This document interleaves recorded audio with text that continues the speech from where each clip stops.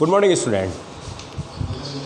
लगातार हम 1 से लेके 15 वीडियो तक ना मेरा कहने मतलब 16 हो गया, तो 16 लेक्चर मैंने आपको इलेक्ट्रोकेमिस्ट्री के ऊपर जो अपना टॉपिक था उस पर कंप्लीट किया है और आपको स्टार्ट से लेके एंड तक पूरा ही टॉपिक विथ न्यूमेरिकल के साथ आपको समझाया है और आपके अच्छी तरह समझ में आ भी गया होगा।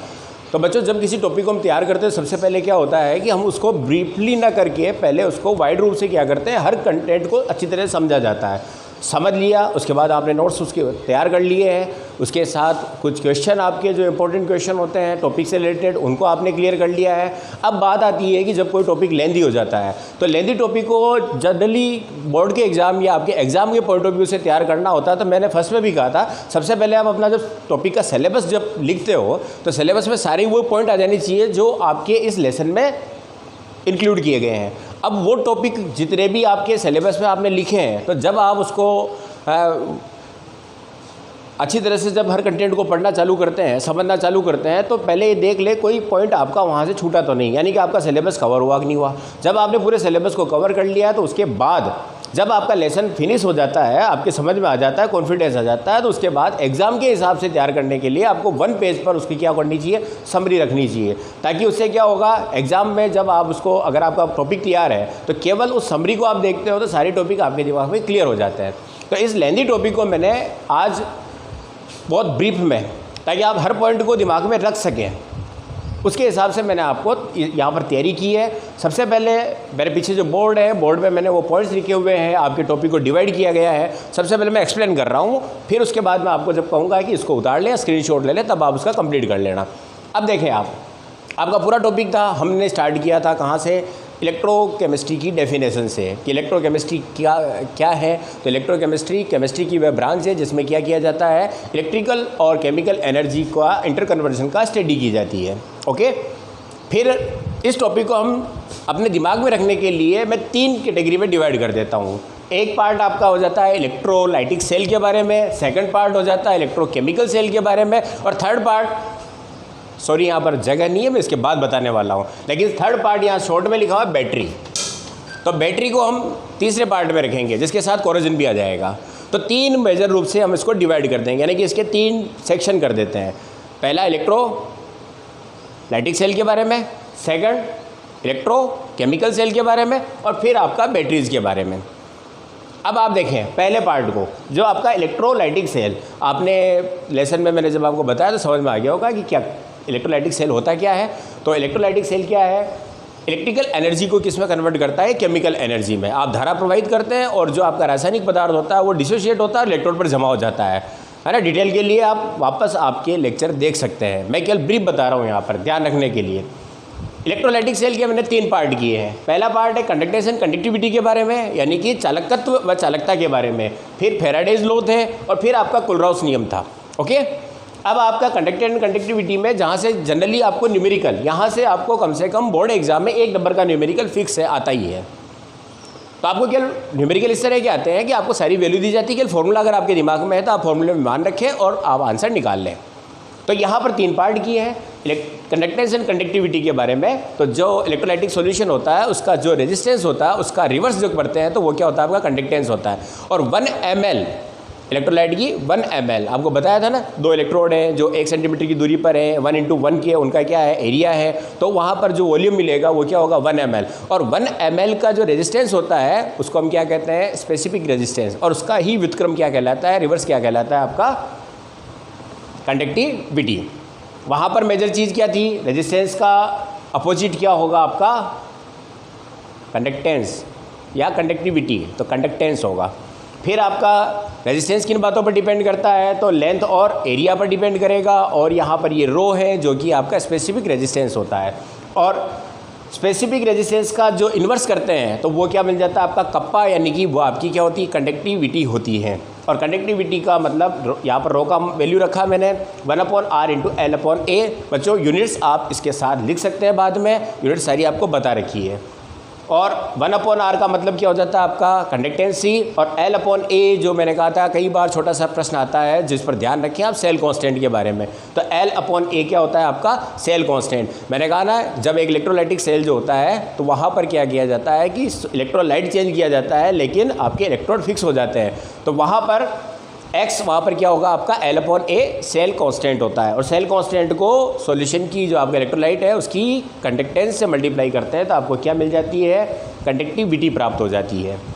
उसके बाद आपके दो प्रकार की बताई थी आपको, लैम्डा m और लैम्डा n, यानी कि molar conductivity and equivalent conductivity. Formula बड़ा आसान है, कापा इंटू 1000/m, m यहाँ पर कंसंट्रेशन मोलरता में रखी गई है, और कापा इंटू 1000/n यहाँ पर किस में रखा गया है, इसको नॉर्मेलिटी के रूप में यहाँ पर कंसंट्रेशन को रखा जाता है। ओके, ये आपका कंडक्टेंस एंड कंडक्टिविटी के मेजर फॉर्मूले थे। उसके बाद हमने पढ़ा था फेराडे लॉ। फेराडे लॉ किसके लिए था कि जब आप किसी इलेक्ट्रोलाइट सॉल्यूशन के अंदर आप इलेक्ट्रिसिटी को प्रदान करते हैं, धारा प्रवाहित करते हैं, तो वहाँ पर इलेक्ट्रोड पर इलेक्ट्रोलाइट की कितनी मात्रा मुक्त होगी उस पर उसने दो नियम दिए थे। पहला नियम दिया था उसमें प्रवाहित किए गए आवेश के डायरेक्टली प्रोपोर्शनल टू होती है, यानी कि W बराबर IT और W directly proportional to IT या Q, और W बराबर यहाँ पर Z हो जाता है, और Z को हम क्या कहते हैं, इलेक्ट्रोकेमिकल इक्विवेलेंट कहा जाता है, विद्युत रासायनिक तुल्यांक कहा जाता है। सेकंड नियम ये था कि जब आप समान धारा प्रवाहित करते हैं समान टेम्परेचर पर और डिफरेंट इलेक्ट्रोलाइट होते हैं तो इलेक्ट्रोड पर मुक्त होने वाली मात्रा में क्या रिलेशनशिप होगा, तो उसने बताया कि वह उसके इक्विवेलेंट वेट के डायरेक्टली प्रोपोर्शनल टू होता है। जिसका इक्विवेलेंट वेट ज़्यादा होगा तो सेम धारा प्रवाहित करने पर वहाँ पर मुक्त मात्रा भी उसकी क्या होगी, ज़्यादा होगी।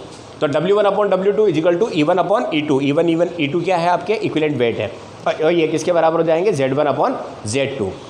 और बच्चों जो यहाँ से न्यूमेरिकल अधिकतर पूछा गया वो इस फॉर्मूले से है, W बराबर EIT, क्योंकि आपको पता है कि Z बराबर क्या हो जाता है, तो Z बराबर यहाँ पर होता है, मैं यहाँ लिख दूँ, Z बराबर हो जाता है E/N, तो ये हो जाएगा EIT/F। ओके, NF है ये। और यदि आप मोलिकुलर वेट के रूप में मास रखते हैं तो वहाँ पर N आपका क्या है, नंबर ऑफ इलेक्ट्रॉन्स होंगे, ठीक है ना। और एक फेराडे के बारे में आपको बताया, 1 मोल इलेक्ट्रॉन का जो चार्ज होता है वही क्या कहलाता है आपका 1 फेराडे, और 1 फेराडे किसके बराबर होता है, 96500 कूलाम के बराबर हो जाता है। तो ये आपके फेराडे के दो नियम थे और उन पर आपके फॉर्मूला है। फिर थर्ड पार्ट हमने पढ़ा था कोलराउस लॉ के बारे में। कोलराउस लॉ क्या कहता है कि किसी इलेक्ट्रोलाइट की मोलर कंडक्टिविटी और उसकी कंसंट्रेशन के साथ रिलेशनशिप को बताता है। तो वहाँ पर हमने देखा है कि वॉल्यूम बढ़ने के साथ साथ उसकी मोलर कंडक्टिविटी बढ़ती जाती है, लेकिन ये ध्यान रखें, वापस बता दूं मैं, मोलर कंडक्टिविटी बढ़ती है लेकिन कंडक्टिविटी क्या होती जाती है, कम होती जाती है। तो मोलर कंडक्टिविटी बढ़ेगी किसके साथ, वॉल्यूम के साथ, और कंसंट्रेशन के साथ क्या होती है, कम हो जाती है। वहाँ पर हमने देखा कि स्ट्रॉन्ग जो इलेक्ट्रोलाइट होते हैं वहाँ पर डाइल्यूशन का इफेक्ट कम होता है, तो स्ट्रॉन्ग के लिए ग्राफ आपका इस तरह से होगा, और ये आप मैच करेगा क्योंकि इसकी आपको अनंत अनुता पर मोलर कंडक्टिविटी प्राप्त हो जाती है, पर इनकी नहीं होती है। तो वीक के लिए ग्राफ इस तरह से होगा।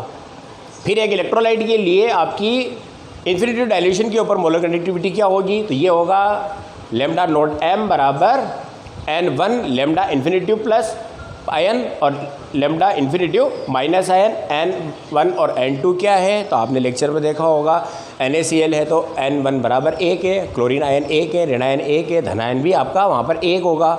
इसी तरह से MgCl2 है तो एक जगह पर 1 हो गया Mg, और Cl2 है तो N2 का मान कितना हो जाएगा, 2 हो जाएगा। उस तरीके से आप इसको इलेक्ट्रोलाइट को शो करते हैं मोलर कंडक्टिविटी के हिसाब से। फिर मेजर चीज़ थी इसकी एप्लीकेशंस के बारे में।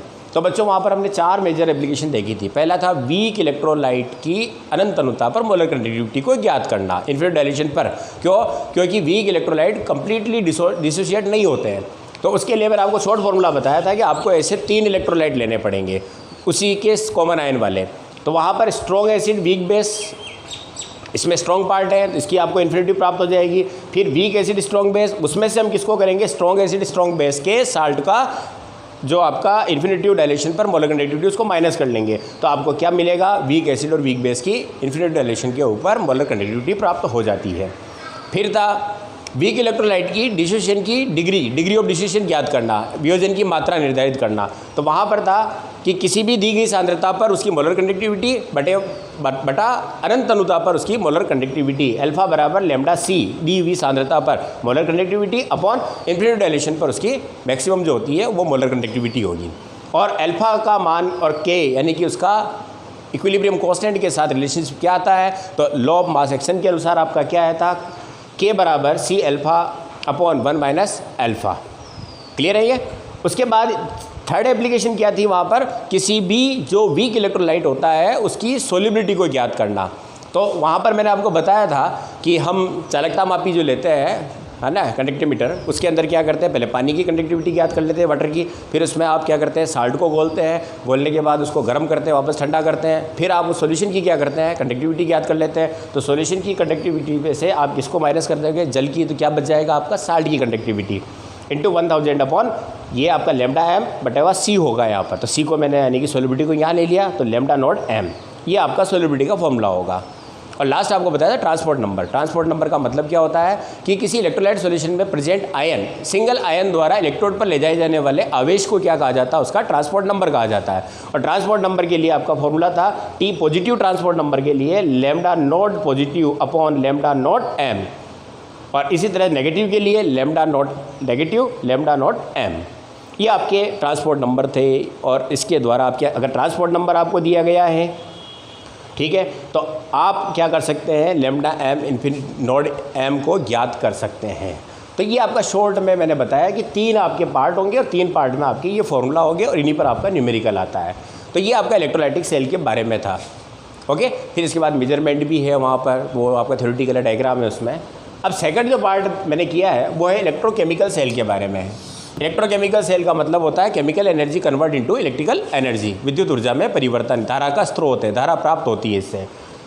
इसमें मैंने इसके 3 पार्ट किए हैं। पहला जो मैंने बताया कि जनरल आपको जो चीज़ सीखनी होती है इस पूरे पार्ट को समझने के लिए, पहले आपको डेनियल या वोल्टिक सेल को समझना होगा। तो डेनियल सेल में आपका सिंपल सा था, Zn यहाँ पर इलेक्ट्रॉन डोनेट करता है, Zn+2 में आ जाता है। Zn+2 आयन बढ़ने के साथ साथ उसकी कंसंट्रेशन बढ़ जाती है हाफ सेल की, एनोड की, और इधर कॉपर+2 आयन 2 इलेक्ट्रॉन लेते हैं और कॉपर सॉलिड इलेक्ट्रोड पर जमा हो जाते हैं। याद करने का तरीका मैंने बताया, ये सेल डायग्राम है जो आपको सिखा रखा है। एनोड, फिर उसके बाद ब्रिज, उसके बाद क्या आएगा, कैथोड। एनोड पर क्या होगा तो उसके ट्रिक बताई मैंने आपको, लॉन का मतलब आप समझ गए होंगे, left side oxidation, anode and negative charge, इस पर क्या मिलेगा आपको, नेगेटिव चार्ज। ठीक है, तो ये स्ट्रक्चर आपके पूरी तरह समझ में आई हुई है। फिर हमने वहाँ पर देखा था कि सेल के द्वारा धारा कितनी प्राप्त होती है, तो वो डिपेंड किस पर करती है, एक तो इलेक्ट्रोड की नेचर पर। और इलेक्ट्रोड की नेचर को किससे मेजर किया जाता है, उसके इलेक्ट्रोड पोटेंशियल के द्वारा। इलेक्ट्रोड पोटेंशियल क्या होता है, तो जब किसी इलेक्ट्रोड को उसी के आयन के सॉल्यूशन के अंदर डुबोया जाता है तो आयन के सॉल्यूशन व इलेक्ट्रोड के मध्य जो पोटेंशियल डिफरेंस आता है उसी को हम क्या कहते हैं, इलेक्ट्रोड पोटेंशियल कहते हैं। क्लियर है नहीं है, अच्छी तरह समझी हुई चीज़ है। तो इलेक्ट्रोड पोटेंशियल किसे की मेजर किया जाता है, तो इलेक्ट्रोड पोटेंशियल मैंने बताया कि एक हाफ सेल के द्वारा मेजर नहीं किया जा सकता, तो कंप्लीट सेल बनाना पड़ता है। उसके लिए आप एक न्यूट्रल इलेक्ट्रोड SHE को रखा जाता है या केल्विन इलेक्ट्रोड को रखा जाता है। SHE के वहाँ पर कंडीशन क्या होती है, नोड के लिए 298 केल्विन टेम्परेचर, 180 एम प्रेशर और 1 एम कंसंट्रेशन में आप जब रखते हो तो वहाँ पर प्रत्येक जो इलेक्ट्रोड उस SHE के सापेक्ष लगाया गया है उसका हम क्या करते हैं, इलेक्ट्रोड पोटेंशियल ज्ञात करते हैं। और कैसे ज्ञात करते हैं, तो E cell naught equal to E naught cathode minus E naught anode. अब या तो वह एनोड बनेगा या कैथोड बनेगा। अगर वह एनोड बनता है तो नेगेटिव वैल्यू आती है, और नेगेटिव इलेक्ट्रोड पोटेंशियल जिसका होता है वो इलेक्ट्रॉन दाता होते हैं और वो अच्छे रिडक्टेंट होते हैं। जिसकी जितनी ज़्यादा नेगेटिव होगी वह उतने ज़्यादा इलेक्ट्रॉन डोनेटिंग होगा और रिडक्टेंट होगा। और पॉजिटिव वैल्यू के साथ साथ क्या होता है, वह ऑक्सीडेंट नेचर रखता है। इसकी एप्लीकेशन हमने डिटेल में पढ़ी हुई है। सबसे ज़्यादा नेगेटिव लिथियम का होता है और सबसे ज़्यादा पॉजिटिव किसका होता है, फ्लोरीन का होता है। फिर आप इलेक्ट्रोड पोटेंशियल पर टेम्परेचर और कंसंट्रेशन के इफेक्ट को जानने के लिए हमने पढ़ा था नर्स इक्वेशन। और नर्स इक्वेशन में आपको 3 फेज दिए मैंने, एक सिंगल इलेक्ट्रोड का इलेक्ट्रोड पोटेंशियल ज्ञात करना, सेल पोटेंशियल ज्ञात करना, और एक आपका इक्विलिब्रियम कांस्टेंट से रिलेशन करते हुए ई नोड सेल ज्ञात करना। तो यहाँ पर आपका ई इलेक्ट्रोड के लिए इक्वेशन थी E naught electrode minus 0.059 upon N log 1 upon m plus N electrode जहाँ डुबोया गया उसकी सांद्रता होगी। ई सेल बराबर सेम फॉर्मूला है, ई नोड सेल हो जाएगा जो कैथोड माइनस एनोड है, minus 0.0591 N log anode upon cathode. Power मैंने यहाँ पर x और y लगाई है। मैंने आपको लेसन में समझाया है कि जब समान इलेक्ट्रोड और एनोड और कैथोड पर ट्रांसफ़र होते हैं तब x और y की वैल्यू 1 हो जाती है। लेकिन जब असमान हो, जैसे कॉपर का Ag के साथ, तो कॉपर 2 इलेक्ट्रोड का ट्रांसफ़र करता है, Ag 1 का करता है, तो वहाँ पर x और y की वैल्यू रखते हैं इसकी कंसंट्रेशन पर। ये आपकी क्या है, कंसंट्रेशन है। ओके, फिर आपका कैसी के साथ संबंध, जब आपका सेल इक्विलिब्रियम में हो तो वहाँ पर ई नोड सेल को कैसे ज्ञात करेंगे, तो ई नोड सेल बराबर क्या हो जाता है आपका, ये आ जाएगा, क्योंकि वहाँ पर ई सेल बराबर क्या हो जाता है, 0। और एक गिब्स एनर्जी के साथ इलेक्ट्रॉन पोटेंशियल का संबंध क्या होगा, तो गिब्स एनर्जी के बारे में मैंने आपको उस समय समझाया था कि जो विद्युत कार्य होता है वो मुक्त गिब्स ऊर्जा के बराबर होता है, और मुक्त गिब्स ऊर्जा किसके बराबर होगी, विद्युत कार्य के। और विद्युत कार्य क्या होता है, तो वह होता है आवेश इंटू विभवांतर, और चूंकि मुक्त हुआ है इसलिए यहाँ पर क्या होगा, नेगेटिव। तो ये आपका एक पार्ट कंप्लीट। अब इसका सेकंड पार्ट क्या है, बैटरी के बारे में, बैटरी और कोरोजन के बारे में, जो जस्ट इसके बाद मैं आपको समझाने वाला हूँ। तब तक आप क्या करें, इसका अच्छा सा स्क्रीनशॉट ले लें, ठीक है, और फिर आप अपनी नोटबुक में इसको ज़रूर उतार लें, ठीक है, आपकी समरी रहेगी। चलो स्क्रीनशॉट ले लो। तो बच्चों अब लेते हैं अपन थर्ड पार्ट। 2 पार्ट हो गए, इलेक्ट्रोकेमिकल सेल और इलेक्ट्रोलाइटिक सेल। अब तीसरा पार्ट मैंने क्या बताया, बैटरी के बारे में और कोरोजन के बारे में। तो अब बात करेंगे हम बैटरी की। तो बच्चों मैंने बैटरी आपको कितनी बताई थी, ध्यान है, 2, एक तो प्राइमरी और एक सेकेंडरी सेल। तो प्राइमरी और सेकंड क्या था, सेकेंडरी। डिफरेंस आपने अच्छी तरह से देख लिया है, समझ लिया है कि रिचार्जेबल बैटरीज यूज लिया है, डिस्चार्ज हो गई है, फिर हम वापस उसको चार्ज करेंगे और फिर वापस काम में लेंगे, वो क्या कहलाएगी, आपकी सेकेंडरी बैटरी। और कहाँ होती है ये, तो बेटा एक चीज़ ध्यान रखना है कि बोर्ड में केमिस्ट्री कितनी पढ़ लेते हैं पर 1 या 2 नंबर का क्वेश्चन डेली लाइफ से पूछ लेता है, और वहाँ हम डिफीट खा जाते हैं। तो केमिस्ट्री में 100 to 100 अगर आपको स्कोर करना है तो वहाँ पर एक ही है कि कुछ एप्लीकेशन जो होती है उनको ध्यान रखें जो डेली लाइफ में होती है। ऐसे आपके 2 क्वेश्चन मिलने वाले हैं। तो सेकेंडरी बैटरी कहाँ यूज़ की जाती है, तो जितने भी आपके वाहन होते हैं वहाँ पर इन्वर्टर में जो बैटरी यूज़ की जाती है, यानी कि आप जहाँ पर भी रिचार्ज करके वापस को रीयूज़ कर रहे हो। और दूसरी चीज़ प्राइमरी बैटरी की बात करेंगे, तो प्राइमरी बैटरी कौन होती है, एक बार आपने उससे धारा प्राप्त कर ली है, अब वह ख़त्म हो गई है, उसके बाद अब आप उसको क्या करना पड़ेगा, फेंकना पड़ेगा। और इसमें मैंने आपको 2 सेल बताए थे प्राइमरी में, एक तो आपका था ड्राई सेल जिसको हम लेक्लांसे सेल भी कहते हैं, और एक आपका मरकरी सेल जिसको हम क्या कहते हैं, बटन सेल भी कहते हैं। मरकरी सेल कैलकुलेटर में, वॉचेज में, रिस्ट वॉचेज होती है वहाँ यूज़ किया जाता है। और ड्राई सेल जनरली आप कहाँ यूज़ करते हैं, तो कई जगह पर ये रिमोट में, आपके जो रिमोट्स होते हैं वहाँ पर काम में लिए जाते हैं, जो आपकी टॉर्च होती है वहाँ काम में लिए जाते हैं। एक चीज़ और मैंने इंपॉर्टेंट चीज़ बताई थी कि आप ड्राई सेल को ज़्यादा लंबे समय तक नहीं रख सकते हैं। कारण क्या है, क्योंकि उसके अंदर एसिड होता है और वह Zn के साथ रिएक्ट करता है, उसको पोरस कर देता है। इसीलिए आपने देखा होगा कि ऐसे सेल लंबे समय तक एक्सपायरी के बाद वहाँ से चिपचिपा पदार्थ बाहर निकलने लग जाता है। और मरकरी सेल के बारे में बताया था कि ये आपका लंबे समय तक रह तो जाएगा, लेकिन डिस्चार्ज होने के बाद इसको आपको ज़मीन में गाड़ना पड़ेगा, कहीं खुला फेंकेंगे नहीं। क्यों, क्योंकि इसमें मरकरी होता है, और जब मरकरी अगर लीक हो जावे और किसी भी एनिमल या किसी भी आपके ह्यूमन बीइंग के संपर्क में आ जावे तो वहाँ पर ये टॉक्सिक होने के कारण डेथ तक कर सकता है। तो इसका डिस्ट्रॉय आपको बड़ा सावधानी से करना है, ये ध्यान रखें। अब हमने दोनों की स्ट्रक्चर पढ़ी थी, तो मैं इतना डीप नहीं बता रहा हूँ, केवल समरी है। केमिकल रिएक्शन की बात करेंगे हम, धारा कैसे प्राप्त होती है जो ध्यान रखनी है। बाकी इसकी स्ट्रक्चर क्या होती है, तो यहाँ पर आपको स्ट्रक्चर के लिए आप अपना लेसन देख लें, थोड़ा रिवाइंड कर लें, है ना, तो लेक्चर में आपको इस दोनों की स्ट्रक्चर मिल जाएगी।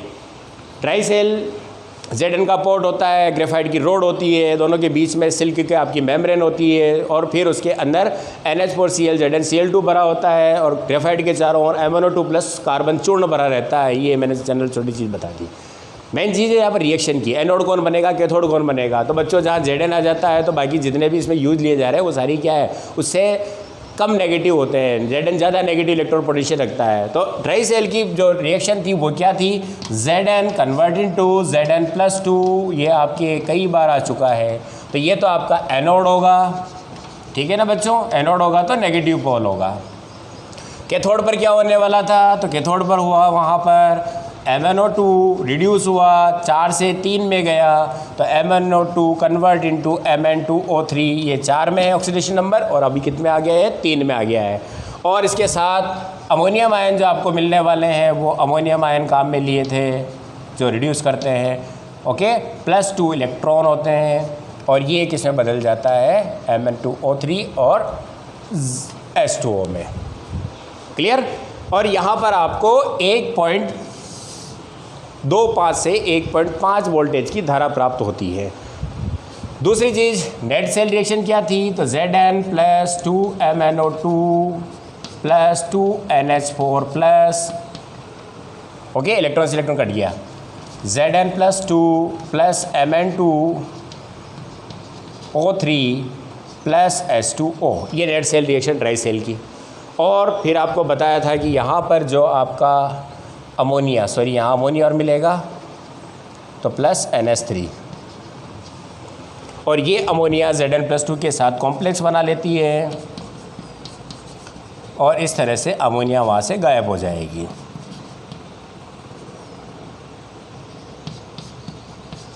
ये आपका ड्राई सेल था। मरकरी सेल की रिएक्शन क्या थी, तो मरकरी सेल में आपका क्या था, एनोड वही Zn का था प्लस 2OH माइनस, ये किससे बदला था, Zn प्लस 2 इलेक्ट्रॉन, ओके, ये आपका क्या था, एनोड।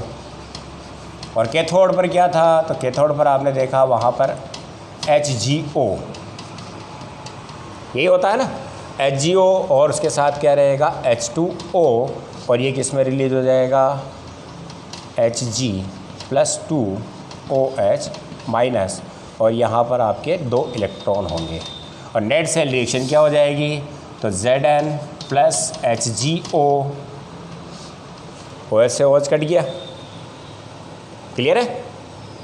यहाँ पर सॉरी ZnO में बदल जाएगा, ZnO plus H2O plus 2 electron, H2O से H2O कट जाएगा, 2 इलेक्ट्रॉन से 2 इलेक्ट्रॉन कट जाएगा, OH से OH कट जाएगा, तो यहाँ पर हो जाएगा आपका ZnO प्लस Hg, ये नेट सेल रिएक्शन थी दोनों की। अब बात करते हैं सेकेंडरी सेल की। तो सेकेंडरी सेल में आपको बताया था मैंने, 2 सेल पढ़े थे हमने। एक तो आपका था लेड स्टोरेज सेल, और एक पढ़ा था fuel cell, okay. Lead storage cell में लेड की आपकी जो एक पर Pb होता है, एक पर PbO2 होता है, SnSb PbS है, Sb की वहाँ पर जालियाँ होती है, ठीक है, और H2SO4 जहाँ पर 38% तो आपका H2SO4 होता है और 62% वहाँ पर क्या होता है, वाटर होता है, उसमें डुबोया जाता है। एनोड पर वहाँ पर क्या मिलेगा आपको, Pb पर रिएक्शन होगी। तो एनोड की रिएक्शन क्या होती है, Pb plus SO4 convert into PbSO4 plus 2 electron, simple सी रिएक्शन थी। और कैथोड पर रिड्यूस होता है PbO2, तो PbO2 plus SO4 minus 2 plus 4H plus 2 electron convert into PbSO4 plus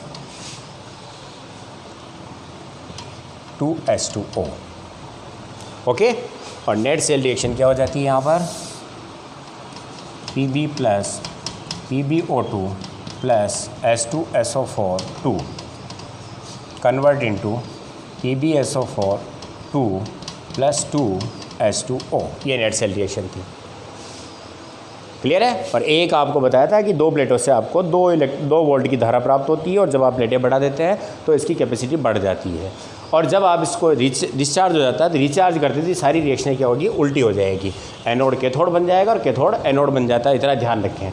cathode की जगह क्या आ जाएगा, एनोड, तो एनोड पर रिएक्शन ये होगी और कैथोड पर ये होगी, क्योंकि जहाँ ऑक्सीडेशन होता है तो उल्टी करेंगे तो रिडक्शन होगा तो कैथोड बन जाएगा। और यहाँ पर आप इसको उल्टा लिखेंगे तो इलेक्ट्रॉन रिलीज होंगे, तो ये आपका एनोड बन जाएगा, ओके।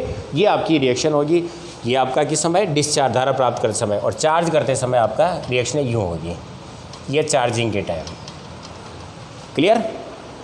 अब बच्चों देखते हैं फ्यूल सेल के बारे में। फ्यूल सेल क्या था, ईंधन सेल, ये सबसे कम नॉन पोल्यूटेड होता है, जिसको स्पेस फ्लाइट जो होती है वहाँ पर यूज़ किया जाता है। H2 और O2 यहाँ पर फ्यूल के रूप में काम में लिए जाते हैं। Pt की यहाँ पर क्या होती है, आपकी इलेक्ट्रोड होते हैं, जहाँ पर ऑक्सीडेशन और रिडक्शन होता है। तो यहाँ पर एनोड पर क्या होने वाला है, तो एनोड कौन बनेगा, आपका हाइड्रोजन। तो H2 2H2 4OH माइनस, जो कि इलेक्ट्रोलाइट होता है NaOH KOH, और क्या मिलेगा आपको, H2O4 प्लस 4 इलेक्ट्रॉन, ये आपकी एनोड की रिएक्शन होगी। और कैथोड पर क्या होगा, तो कैथोड पर ऑक्सीजन रिड्यूस होगा, तो O2 plus 2H2O plus 4 electron convert into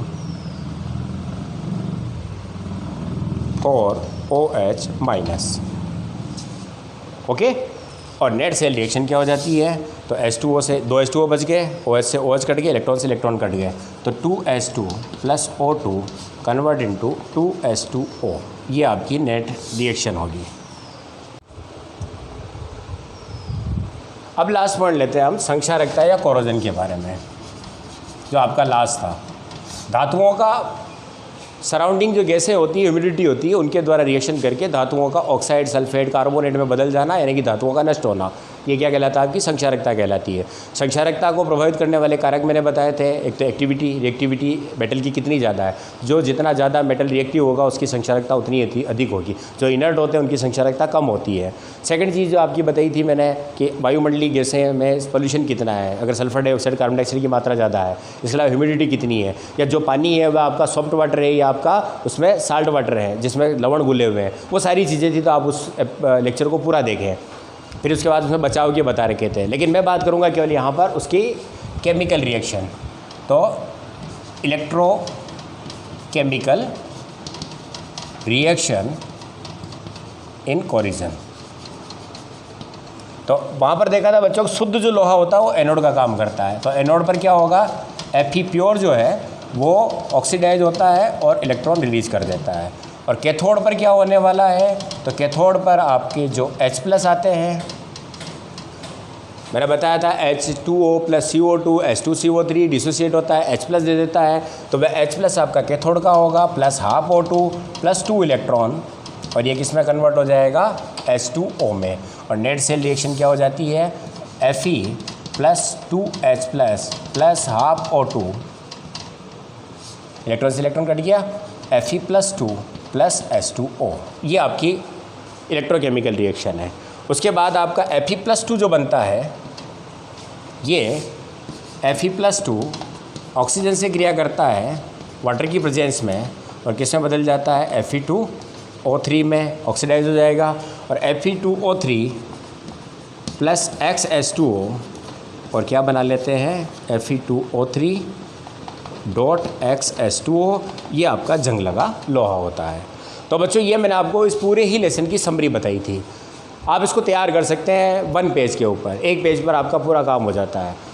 ठीक है बच्चों, तो इलेक्ट्रोकेमिस्ट्री आपका मेरे हिसाब से कंप्लीट हो गया होगा। एक बार वापस सारे एपिसोड को एक बार देखें, समझें, नोट्स खुद के बनाएं, लिखें अपने आप से, क्योंकि बच्चों देखो नोट्स अगर मैं प्रोवाइड कराता हूं तो नोट्स अवेलेबल हो जाएंगे, लेकिन जहां तक होता है कि समझ के जब अपनी लैंग्वेज में, क्योंकि नोट्स हमेशा अपने खुद के होने चाहिए, किसी दूसरे के कभी नहीं हो सकते, क्योंकि उस टॉपिक को आपके दिमाग ने किस तरह से उसको अरेंज किया, व्यवस्थित किया है, वो आपके हिसाब से होगा, और आपके हिसाब से तो उसके रिटर्न जो आपका वर्क होगा वो भी आपके हिसाब से होना चाहिए, ताकि आपका टॉपिक अच्छे से क्लियर हो जाए। क्वेश्चन न्यूमेरिकल मैंने सारे करवा दिए हैं, और भी यदि आपको इस टॉपिक में कोई प्रॉब्लम आती है किसी न्यूमेरिकल में, किसी क्वेश्चन में, तो आप कमेंट बॉक्स में ज़रूर कमेंट करें, मैं आपको उसका रिप्लाई दूंगा। ठीक है, थैंक यू, ओके।